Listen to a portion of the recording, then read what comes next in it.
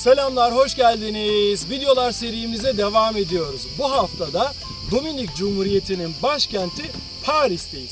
Burada bir yerli arkadaşımız bize eşlik edecek videoda. Kendisi şaşırtıcı şekilde çok güzel Türkçe konuşuyor.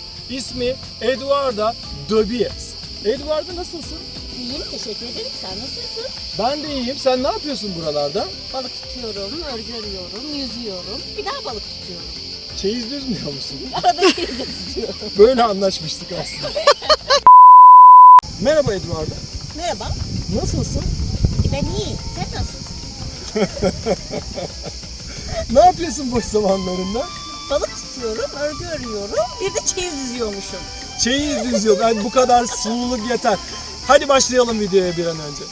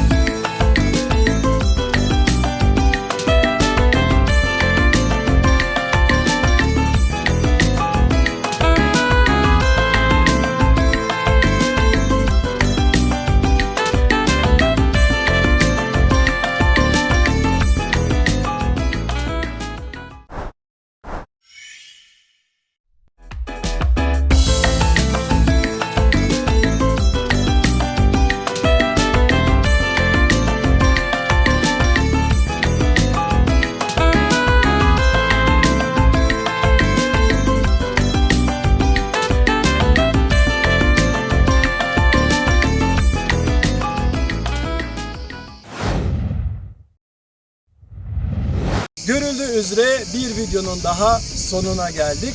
Başı biraz sulu ama ortası ağır çekimli, müzikli, müziksiz, tatilde olduğumuz için değişik bir kombinasyon oldu. Umarım beğenmişsinizdir, umarım faydalı olur. İzlediğiniz için hepinize çok teşekkür ediyorum. Özellikle Eduarda'ya da çok teşekkür ediyorum. Rica ederim. Ne demek? Bir sonraki videoda görüşene kadar lütfen kendinize çok iyi bakın. Sevgi, barış, dans ve müzikle.